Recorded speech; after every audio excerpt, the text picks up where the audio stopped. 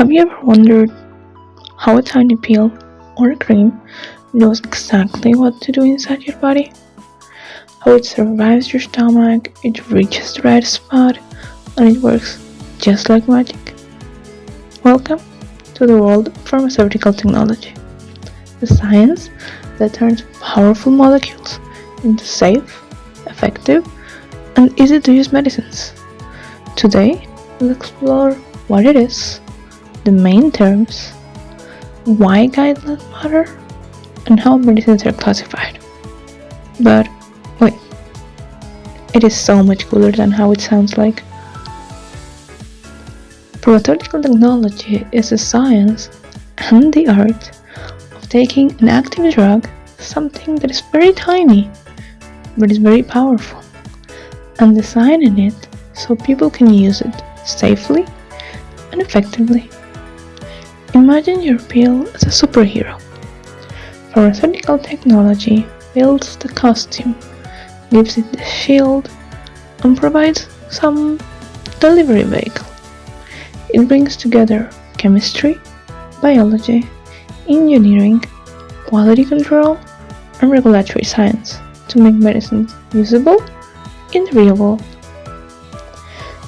Now, just let's speak the language of pharmaceutical technology, but simple.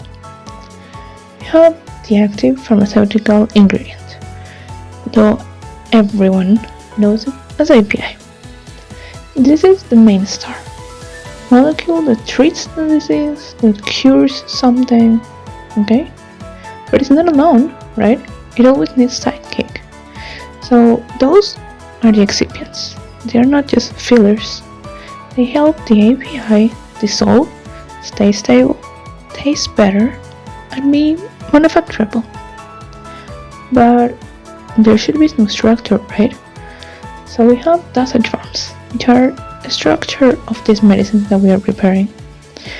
They can be divided into different groups, so it can range from solid to liquid to semi-solid.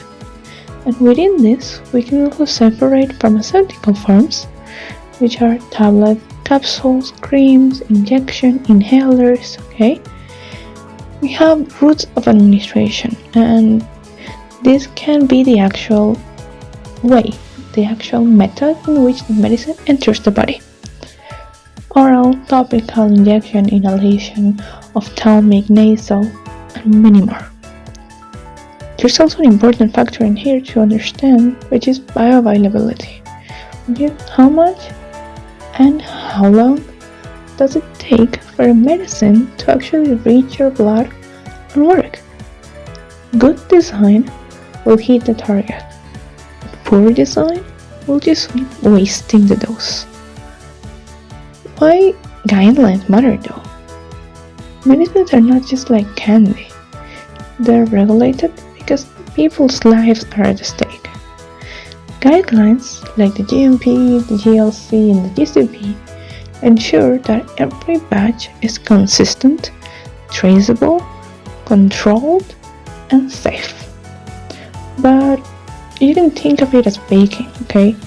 Instead of taking sugar and flour, you're handling powerful molecules which combine together to form a drug.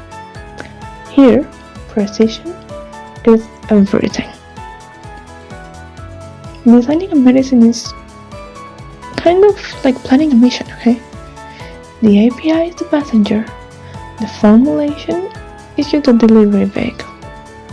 Scientists will evaluate solubility, stability, onset, duration, patient need, manufacturing feasibility, storage, and cost, all just to make sure the drug arrives at the right place, at the right time, and in the right amount. Now, what forms can medicines take? We have solids, which are tablets, capsules, powders, and granules, which are stable, accurate, and cost-effective. We have liquids, which are solutions, suspensions, and emulsions, which are usually good to be used for children and have pretty fast action.